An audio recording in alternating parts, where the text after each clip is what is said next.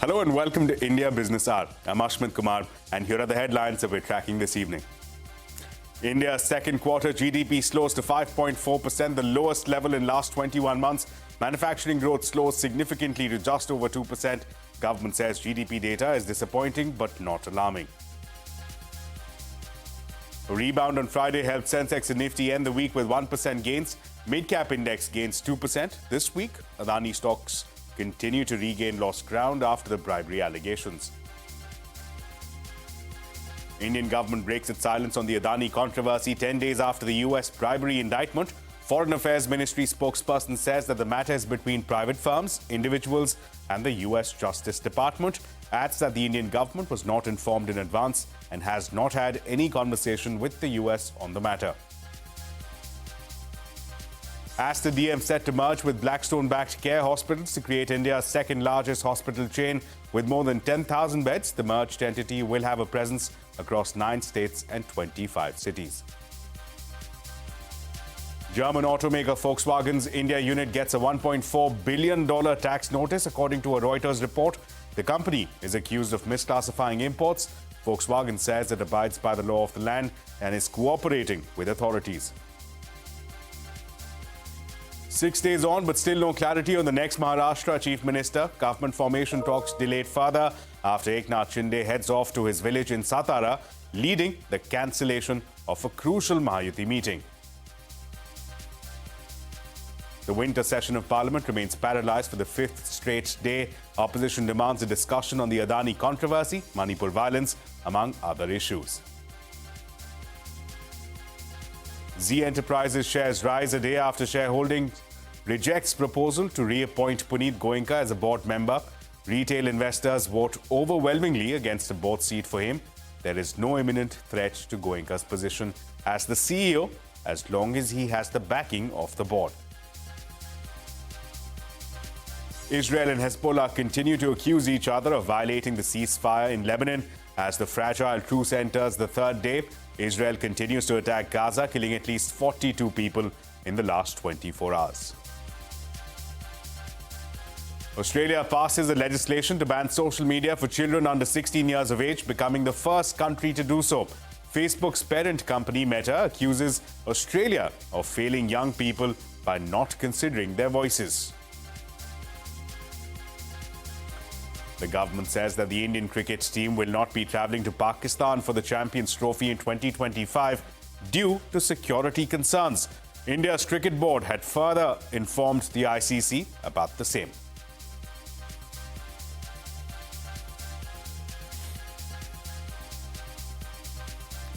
Well, straight up to the top story this evening, a GDP shocker. Indian economy grew by 5.4% in the second quarter of this fiscal.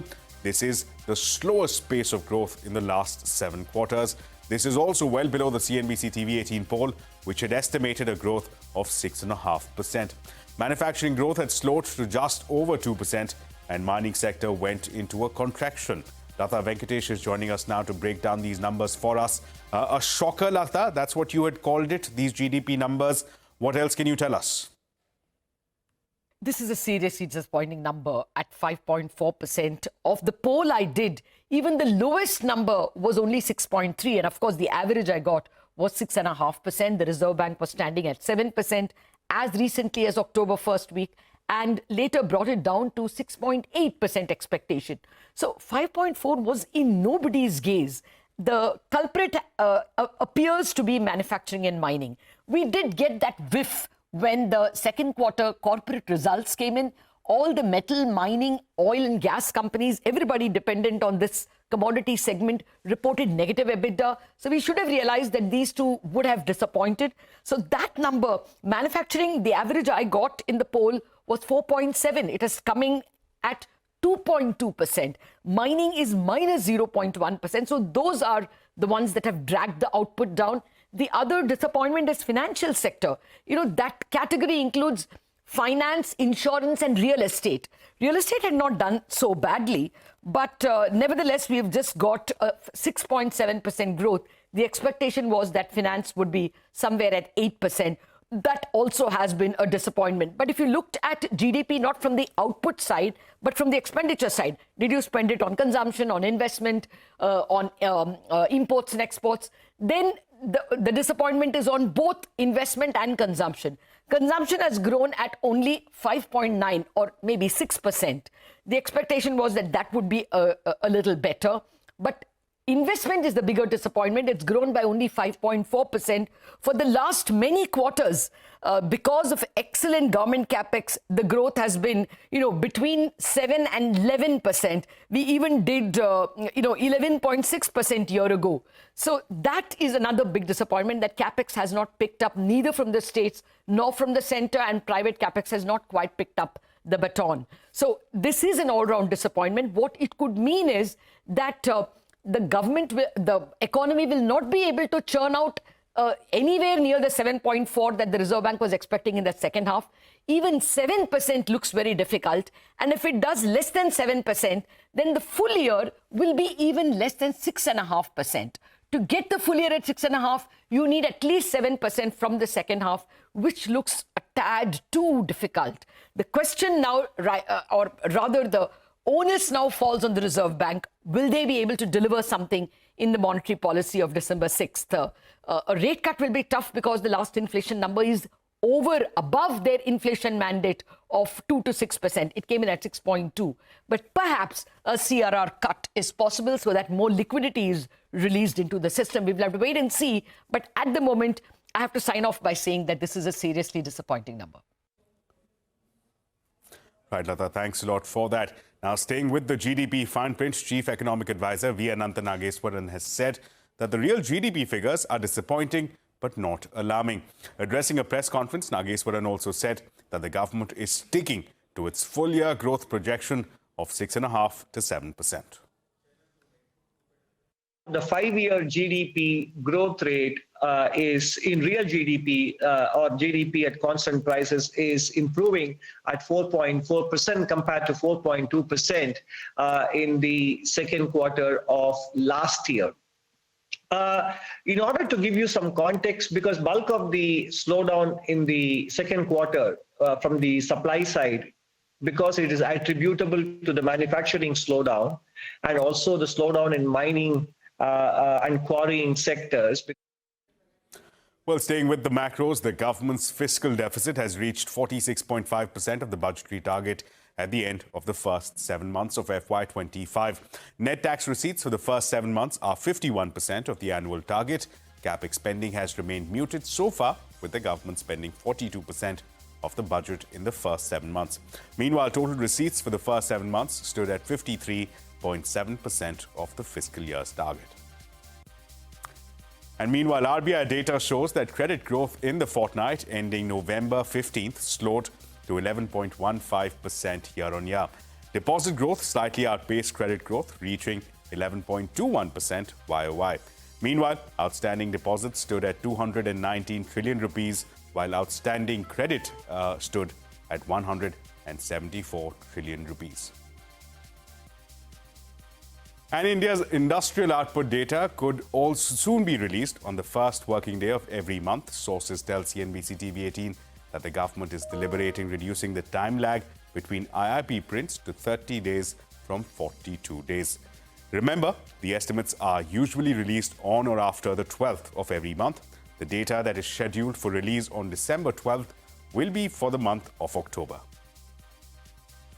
Well, on to the day's market action. A Friday rally helped Sensex and the Nifty end the week with 1% gains. Nifty got back up above 24,100 mark. The Sensex has moved closer to 80,000 levels. Mid-caps, meanwhile, outperformed the blue chips. Provisional data from exchanges show foreign institutional investors sold stocks worth nearly 4,300 crore rupees. On the other hand, domestic institutional investors bought shares worth more than 5,700 crore rupees. And the Indian rupee traded flat near its all-time low, lagging behind its Asian peers. This as significant foreign fund outflows and month-end dollar demand from importers weighed on the currency. However, intervention by the Reserve Bank limited losses. Forex traders said that the rupee remains in a weakening mode due to dollar demand from importers and foreign banks. The Indian government has broken its silence on the Adani controversy 10 days after the US bribery indictment. Foreign Affairs Ministry spokesperson Ranveer Jaiswal has said that the matter is between private firms, individuals and the US Justice Department. Jaiswal also added that no extradition requests had been received so far from the United States. He also said that the Indian government was not informed in advance and so far has not had any conversation with the US on the matter. We see this as a legal matter involving private firms and individuals and the US Department of Justice. Obviously, there are established procedures and legal avenues in such cases which we believe will follow, would be followed. And the Government of India, so far we have not, to answer your question, we have not been informed in advance on the issue. We haven't had any conversation also on this particular matter with the US government. Also, related question came from Sudhi. So, I would like to inform you that, any request by a foreign government for service of summons or arrest warrant is part of mutual legal assistance. But such requests are examined on merits. We have not received any request on this case from the US side. Well, Israel and Hezbollah have exchanged blame over violating the ceasefire in Lebanon, even as the uneasy truce entered day 3. The Israeli military claimed that its warplanes fired over southern Lebanon after it detected Hezbollah activity at a rocket storage facility in the region. Israeli forces continue to stop displaced Lebanese people from entering villages that were once attacked. They also urged citizens to stay away from the border regions. Civilians, meanwhile, were seen returning to their homes on the third day of the ceasefire. The situation in Gaza Strip, however, remains volatile. At least 42 civilians were killed following a series of Israeli attacks on a central Gaza refugee camp. Other parts of Gaza, including Khan Yunis, were attacked as well. Well, from one war-torn region to another, Russian President Putin has threatened to escalate its offensive in Ukraine by using intermediate-range weapons. This comes a day after a barrage of Russian missiles hit Ukraine's power infrastructure, triggering a power outage across key cities. President Putin confirmed that Russia has also begun mass production of nuclear weapons to strike Ukraine. Russia's response comes after Ukraine used American and British-made missiles to attack Russian territory. Well, oil prices were mixed following a potential renewal of supply risk as Israel and Hezbollah traded accusations of ceasefire violations. Furthermore, a delay to an OPEC Plus meeting left investors awaiting a decision on its output policy. Trading remains thin as US financial markets were closed because of Thanksgiving. Well, let's come back home now. Aster DM Healthcare has announced a merger with Blackstone-backed care hospitals via a share swap. Rachna Dhanrajani joins us with the details. Rachna, take us through the contours of this deal. Well, it is a CNBC TV18 newsbreak confirmed. Aster DM Healthcare has announced a merger with Blackstone-backed care hospitals. We had first reported this in the first week of August, and the official announcement has come in now from the company. With this merger, a new entity will be formed named Aster DM Quality Care. This merged entity will have a bed capacity of about 10,150 beds, presence in across 9 states and 25 cities. This merger will also bring hospitals of Aster DM, Care Hospitals, KIMS Health and Evercare all under one umbrella. The merger is structured to be a cash neutral and is expected to be earnings accretive from the very first full year of operations. Aster will acquire a 5% stake in Quality Care India Limited, which is the parent company of Care Hospitals, from Blackstone and TPG in exchange for a 3.6% stake in Aster DM Healthcare. Post-merger, Aster shareholders will hold 57.3%, while QCIL shareholders will hold 42.7% in the merged entity. Ownership will see Aster promoters controlling 24%, Blackstone holding 30.7%, Aster public shareholders at 33.3% and others at 12%, which is exactly how we had reported earlier in the month of August. The leadership team of the merged entity will include Dr. Azad Mopin, who's a promoter of Aster DM Healthcare, as executive chairman, Varun Khanna as MD and group CEO of the merged entity, and Sunil Kumar as the group CFO. Independent directors will make up 50% of the board. Financially, the combined entity is expected to report revenues of about 7,314 crore rupees with a post-Ind AS EBITDA of 1,396 crore rupees and an ROCE of 18%. The bed capacity exceeds 10,000 with an occupancy rate of 65%, while the average revenue per occupied bed, the RPOB, stands at 39,100 rupees. This will make the merged entity the second biggest hospital chain in the country. The acquisition will be completed within 15 days of the date of shareholder approval or the date of CCI approval, whichever would be later. Right, Rachna, thanks a lot for that wrap. Let's move ahead now. Auto major Volkswagen India has reportedly received a tax evasion notice worth $1.4 billion, as per a Reuters report. The company allegedly evaded taxes by willfully paying lesser import taxes on components for its Audi, Volkswagen and Skoda cars.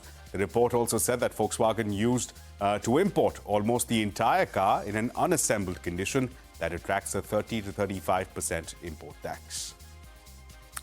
Well, here's a CNBC TV 18 exclusive. The Centre's Serious Fraud Investigation Office has begun its probe against Hero Electric and Okinawa. Sources have told CNBC TV 18 that the government is probing the two electric vehicle companies for alleged violations of the FAME 2 schemes.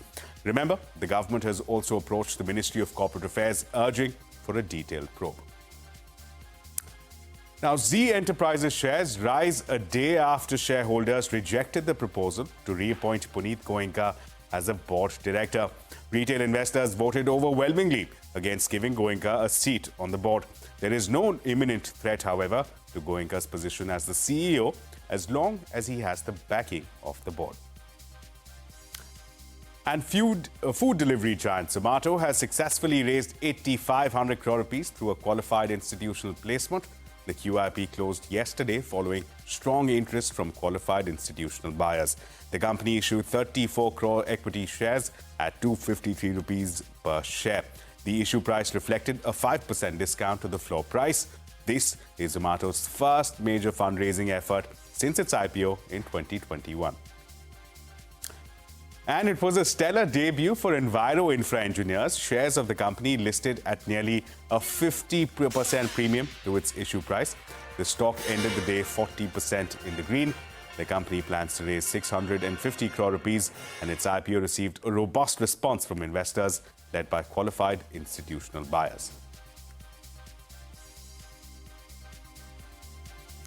Well, on to a CNBC TV 18 exclusive. Air India CEO Campbell Wilson has said that bomb hoaxes are malicious and frustrating for both customers and airline staff and incur a significant cost. In conversation with my colleague Shireen Bhan, Wilson said that airlines take every threat seriously.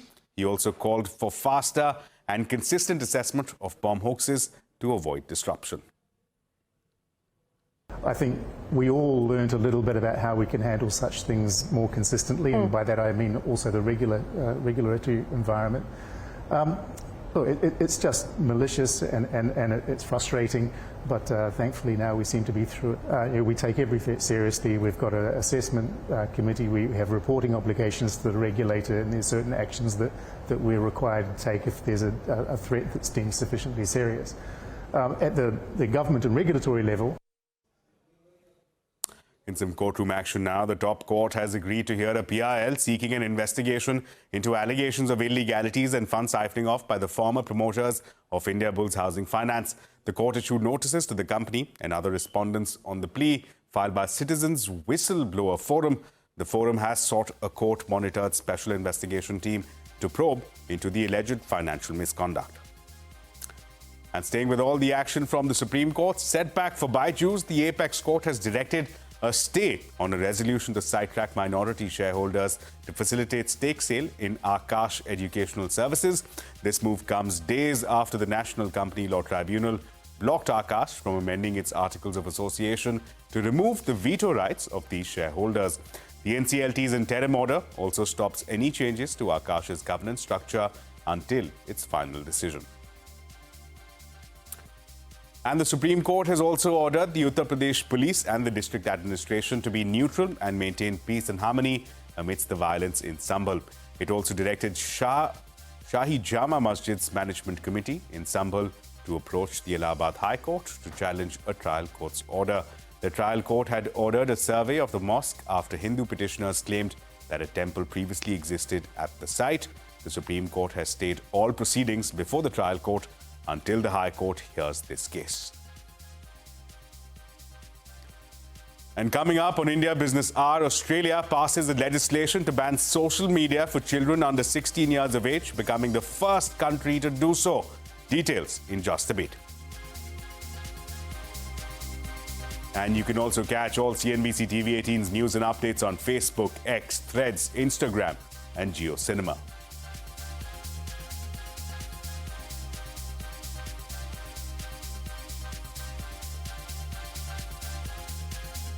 In news now from the national capital, the winter session of Parliament remained paralysed for the fourth day.